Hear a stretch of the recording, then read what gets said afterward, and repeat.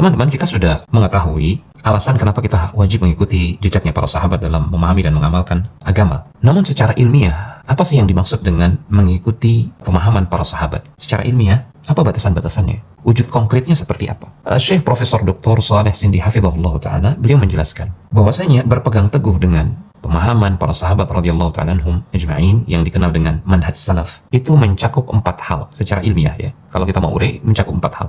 Yang pertama, kata beliau, al-akhdhu bi ijma'ihim idza ittafaqu. Wajib bagi kita untuk mengambil kesepakatan mereka, ijma' mereka, jika mereka bersepakat pada suatu permasalahan. Terlebih permasalahan tersebut menyangkut urusan agama. Wajib bagi kita untuk mengambil kesepakatan mereka tersebut. Jika tidak, maka kita belum dikatakan mengikuti manhaj salaf. Belum dikatakan mengikuti generasi terbaik umat ini, yaitu para sahabat radhiyallahu ta'ala anhum ajma'in. Di antara ijma' para sahabat misalkan, para sahabat bersepakat memilih Abu Bakar As-Siddiq sebagai khalifah Rasulullah sallallahu alaihi wasallam. Jika ada orang yang mengatakan Abu Bakar tidak layak menjadi khalifah, yang paling layak menjadi khalifah adalah Ali bin Abi Thalib misalkan, dan ini terjadi, sebagian orang Syiah Rafidhah mengatakan demikian, bahkan mereka mengkafirkan Abu Bakar As-Siddiq. Jika ada orang yang berpendapat seperti itu, maka dia keluar dari ijma'nya para sahabat. Dia termasuk orang yang menyimpang, keliru dalam masalah ini. Kemudian yang kedua, mengikuti manhaj salaf berarti adamul khuruj an aqwalihim idza ikhtalafu. Tidak boleh kita keluar dari pendapat mereka kalau seandainya mereka berbeda pendapat dalam suatu permasalahan. Katakanlah dalam suatu permasalahan para sahabat berbeda pendapat menjadi 2 kubu misalkan. Maka kita tidak boleh memunculkan pendapat ketiga di luar pendapat mereka. Jika kita memunculkan pendapat yang baru, pendapat yang ketiga tidak mengikuti salah satu di antara pendapat para sahabat, maka kita dikatakan tidak mengikuti manhaj salaf dalam masalah tersebut. Kemudian yang ketiga, as-sukutu amma sakatu anhu. Kita wajib untuk diam, tidak bicara dalam suatu perkara, terlebih dalam urusan agama ini, jika para sahabat diam dalam masalah tersebut. Jika para sahabat tidak bicara dalam suatu perkara, urusan agama, maka kita pun tidak boleh bicara masalah tersebut, tidak boleh memunculkan hal tersebut. Jadi kita wajib diam pada perkara yang mereka diamkan. Sebagai contoh, para sahabat radhiyallahu ta'ala anhum ajma'in, mereka tidak pernah bicara tentang kaifiyat sifat Allah, hakikat sifat-sifat Allah subhanahu wa ta'ala. Tidak pernah membicarakan secara detail seperti apa hakikat sifat Allah subhanahu wa ta'ala. Maka kita pun, jika kita mengikuti manhaj mereka para sahabat, kita pun wajib diam dalam masalah tersebut. Kita wajib sebatas mengimani makna sifat-sifat Allah subhanahu wa ta'ala, menerimanya tanpa menyelami hakikat seperti apa dan bagaimana sifat Allah subhanahu wa ta'ala tersebut, karena ini tidak pernah dibicarakan oleh para sahabat radhiyallahu ta'ala anhum